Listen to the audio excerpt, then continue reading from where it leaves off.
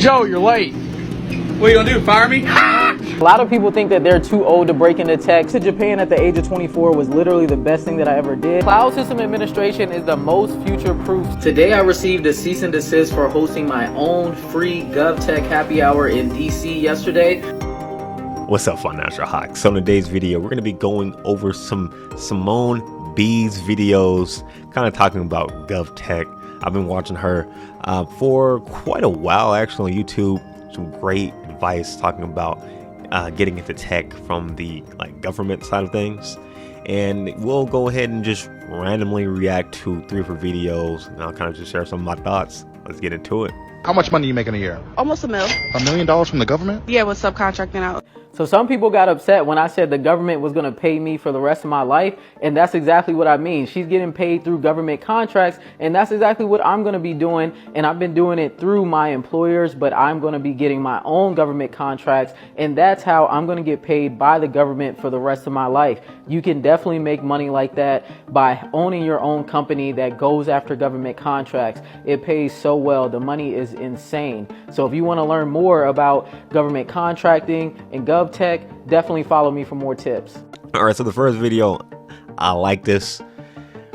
She's not talking about, you just having like a regular job and just getting paid like millions of dollars, but like owning your own company and then getting contracts basically from the government to get paid. And yeah, like having your own business allows you to have more flexibility and things like this. And again, I haven't done this obviously yet. If I ever do something like this, I probably will make a YouTube video. They're talking about my journey or maybe like the pros and cons. But at this point, I haven't, got to that step yet. But yeah, to me, that makes logical sense. You creating your own company, your own business, and then working, hard and whatnot so that you can get these contracts. To me, that sounds pretty, I don't know, it sounds pretty reasonable to me. Like, it doesn't seem too far-fetched. I feel like we've all seen companies, getting government contracts in some capacity, getting paid like loads of money. And this is in like the security sector of things. So I'm pretty sure that it'll probably be higher than a lot of other, contracts and whatnot. So to me, that makes sense. I'm definitely intrigued to see kind of what some of the other videos are going to be talking about. But I like on this one, I like the, planting of a seed. So now me as somebody who is entering in the security space and tech, now I'm like, okay, so instead of my end goal being, maybe going to red team, being a pen tester, hacker and whatnot, what if now I may be more intrigued to create my own business and getting contracts so that I'm getting paid a whole lot of money.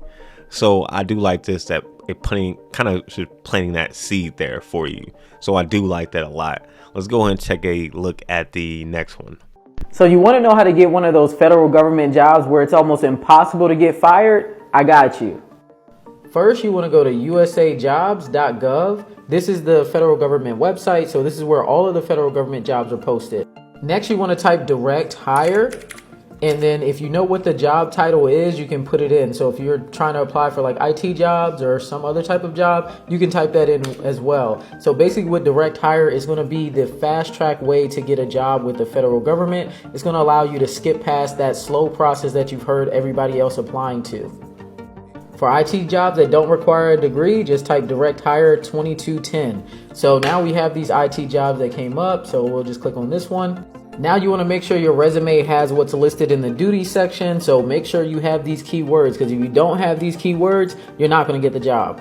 Last thing is required documents. Don't skip any of them. If you want more information, come to my free live workshop. All right, I'm not going to lie. I wish I actually had this advice when I was applying to jobs from GovTech. In GovTech, I actually have used USA Jobs. Whenever I make my YouTube video talking about this and kind of going over some the different jobs I've applied to in different sites like Indeed, ZipRecruiter, LinkedIn, etc. USA Jobs was one of the sites. However, I didn't do the direct to hire. I didn't type that in. I didn't even know, about that. And that makes a lot of sense, because a lot of the different jobs that I applied to on USA Jobs, I didn't get first off, and I will get like replies like months later. I'm still getting replies from stuff I applied to like 3, 4, 5 months later, it feel like.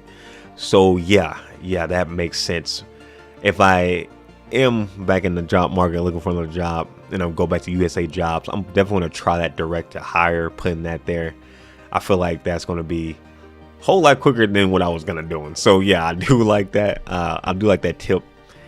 In the comments, if any of you guys have used USA Jobs and the direct to hire, let me know if that worked for you. But it seemed like that will give you a higher chance of getting a job versus waiting months like I did. Because like by the time, like for example, I'm already like working now again, or we're working for like a cyber job already. So when I'm getting like these messages now talking about, you know, from USA Jobs, again, a lot of those are like, you know, I just got rejected or XYZ. But like, let's say I was getting a whole bunch now saying like, oh yeah, now you're hired, or, you know, I mean, not you're hired, but hey, now we can go to the next step. It's like, I'm already starting the job already. So like, yeah, I think that's good, especially if you have a job right now and you're looking for another job, but you still have like a good one and you're cool with staying with that one for another 6, 7 months. Then you can go like the regular route. But if you like are looking for a job like now, it looks like that direct to hire would definitely help you out. So I do like that. Let's take a look at a third one real quick. I would work an extra 2 hours a day just to have 3-day weekends all the time. In GovTech, this type of schedule is actually really common. It's called the 4-10 schedule. You work 4 10-hour days and you get a 3-day weekend every single week, and it's actually really lit. They also have another type of schedule too called the 980 schedule, and this one you get every other Friday off. So it's really dope, a lot of flexibility, and that's just another reason why I love GovTech. Okay, I'm not gonna lie, this has got me interested as well. Again, obviously, this type of schedule, like working 10-hour shifts for 4 days, that isn't just exclusive to GovTech jobs. My mom is a perfect example of this. She doesn't work in the GovTech, but she has that type of schedule, 410, and yeah, it's pretty nice, at least from what she talked about. And yeah, I definitely wouldn't mind that either. I probably work, man, maybe 15 hours, 14, 15, 16-hour days. Not like at my job, but like if you include my job, but then stuff I do afterwards, like, you know, creating YouTube videos, social media stuff, studying, like towards different things. Like I'm working towards the CISSP at the moment, but also too, I got to look at other things in tech that can help me out with my, you know, current role and things that, you know, different things of that nature. So yeah, a 10-hour shift would be a piece of cake.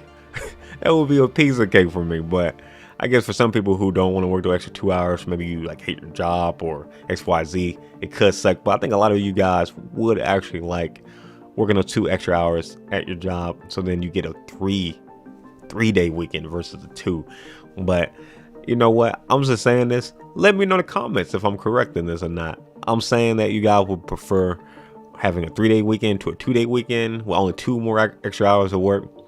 Hopefully, if you guys are watching this video too and you're hopefully subscribe to the channel, hopefully you guys have been, you know, out here grinding.